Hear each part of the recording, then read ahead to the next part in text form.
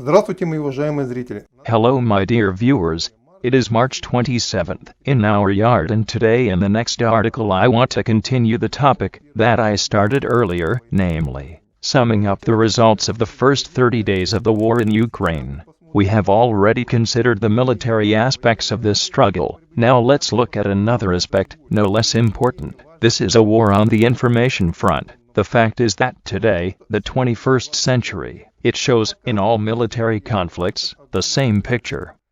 The war on the information front is an inextricable part of any struggle.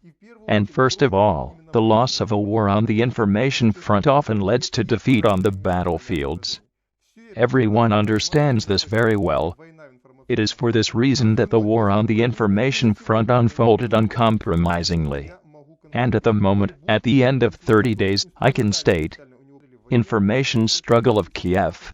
Despite the fact that Kiev originally had a toolkit, it was much more powerful than ours. But they lose it. Precisely because they are so hysterical today, that they are losing the information war. They are trying to close any channels, including mine, which shows an alternative picture. Here, pay attention. Neither I, nor my comrades in the information war, have ever proposed, for example, to close the channel of some Mr. Arestovich. On the contrary, I repeatedly refer to it, constantly ridicule it. In no case should you close it so that everyone can see that all the nonsense that Lyashenko says, or another defender of the regime in Kiev, he tells, and in no case should it be forbidden. On the contrary, you need to constantly take and poke his nose into his old video. Because at the moment, the main problem is that already today, after 30 days, the picture that is real, even many Ukrainians already see, is at odds with what was poured into their brains. Yesterday, when there was a bombardment of cruise missiles caliber in Lvivskaya Oblast, in Volynskaya Oblast, there, Russian cruise missiles were flying all over western Ukraine. So the residents, the locals, started asking questions to Lyashenko, Arestovich, but you told us that the Russians ran out of missiles. And yesterday, again, there was hysteria on the part of the mayor of the city of Chernihiv, who exclaimed in horror, "Everything. We have a full butt. A little more, and they will just roll us into the asphalt." How are they rolled into asphalt? Ask a simple Ukrainian. After all, you told us that everything is fine there. That Chernihiv is holding on. On the contrary, we successfully counterattack. And we do not let the enemy go further than a few tens of kilometers from the border. Well, also, for example, today it is difficult for an ordinary Ukrainian to understand why, for example, the official Kiev cannot release Mariupol. Yes, because according to the cards that are shown to him, Mariupol is surrounded, then literally with a thin line of Russian troops, or troops of the Donetsk People's Republic, which, according to the apolitical Ukrainian, is quite easy to break through. The main thing is that there should be a political solution. But in fact, the front is long since rolled back 100 kilometers to the north, and it is clear that it cannot be broken. On the contrary, there are heavy defensive battles on the part of the armed forces of Ukraine, and there is no talk of any attack on Mariupol.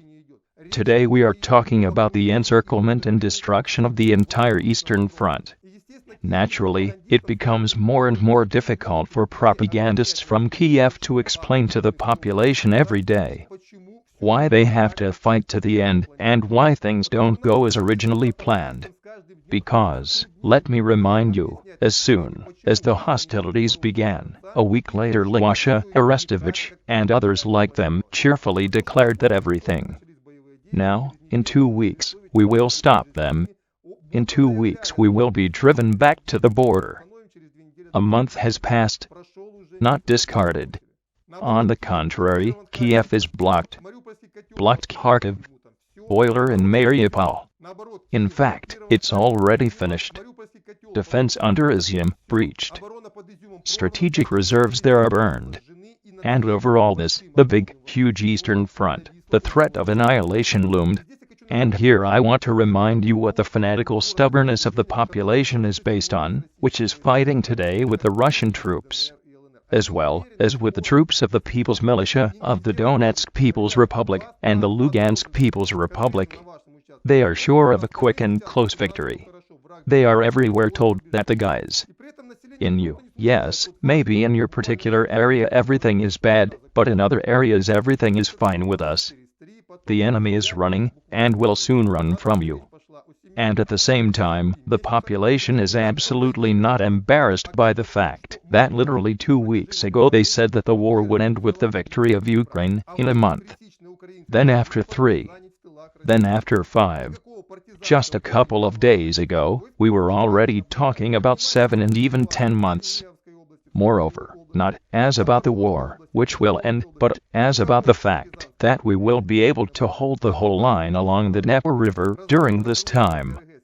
And you, presently Ukrainians, that is, ordinary citizens, should partisan in the rear of the Russian troops. No partisan movement in the rear of the Russian troops has yet been observed. I am closely following the situation in Chernigivskaya Oblast, in Sumskaya Oblast, in Zaporozhskaya Oblast, in Khersonskaya Oblast. No partisan movement is observed. Yes, it happens. Sometimes scattered subversive intelligence groups of Special Operations Forces of Ukraine, but this is not a guerrilla war. On the territory where Ukrainian propaganda writes that it is, as it were, not occupied by Russian troops. Russian patrols, Russian mechanized columns move quite calmly there. When they need, they go to this or that settlement, to this or that small town in the north of Chernigivskaya Oblast.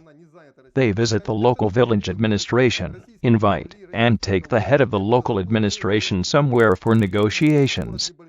They return. The local leader or the city mayor comes back to the village. He tells his people, "Guys, an offer came from the Russians. Let's live in peace. We don't touch them, they don't touch us." Approximately the same thing the day before yesterday said the mayor of Slavutich.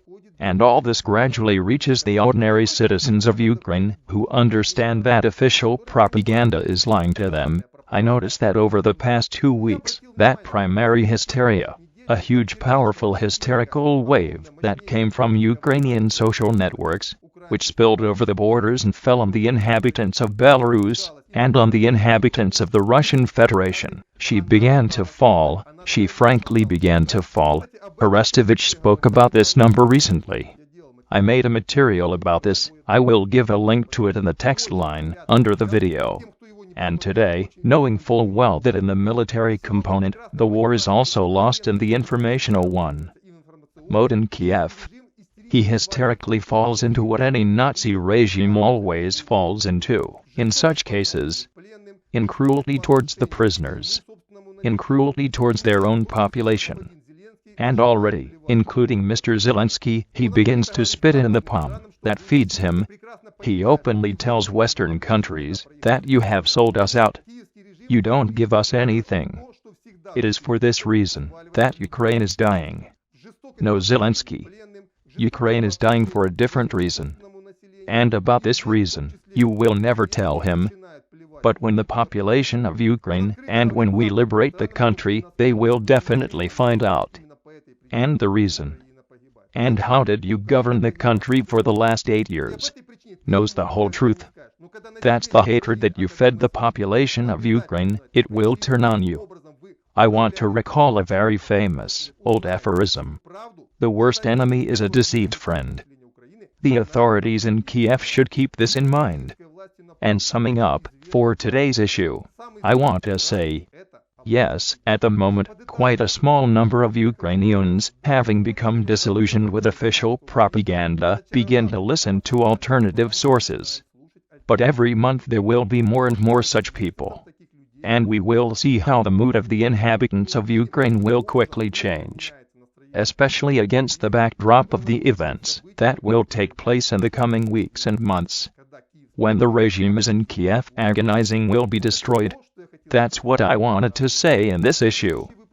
And I am planning the next special issue, which will also deal with information warfare. and in it we will talk about our offensive, not only in the information field of Ukraine, but also in the information field of Europe and the United States of America. It's time to strike. Everything, wait. And for now I have everything. Все, дождитесь этого выпуска, а на пока у меня все.